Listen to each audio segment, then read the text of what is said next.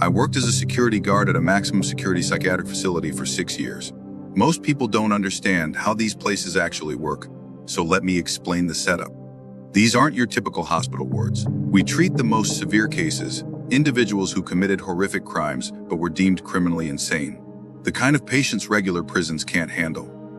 The facility design is pretty unique. Instead of keeping patients locked in cells 24/7, they're allowed to move freely within their designated ward areas.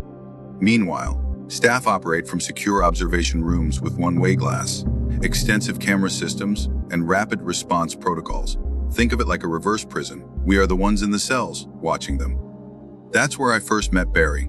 He was already there when I started, about 8 years into his indefinite commitment. The details of his crimes are so horrific, I can't go into specifics.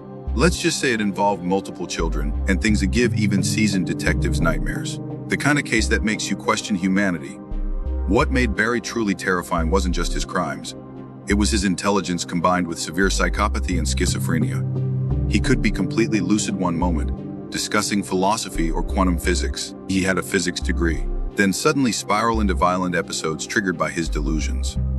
I remember 2 incidents that were considered normal for Barry. Once, he spent 3 days methodically collecting his own blood from small cuts he'd make, using it to write complex mathematical equations on his walls.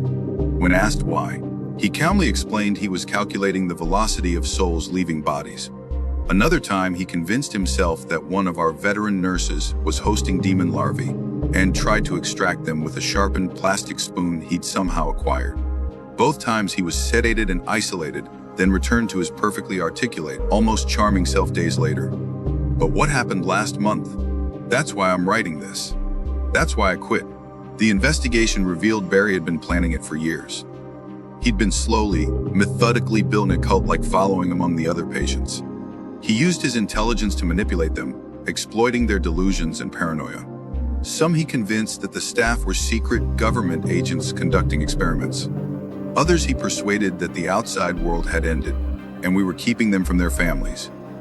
The new nurse, Alyssa, was his target all along. He'd watched our shift changes, noted our protocols, studied our emergency response patterns. He knew exactly how long it would take for backup to arrive from different points in the facility. It started during morning meds. 3 patients created diversions in different areas of the ward, forcing us to split our attention. Meanwhile, Barry had convinced nearly 20 others to act completely normal for weeks leading up to this, earning them more privileges and freedom of movement. When Alyssa entered to handle a supposedly minor situation, click part 2 to continue, or check out our channel. Let's read Reddit stories.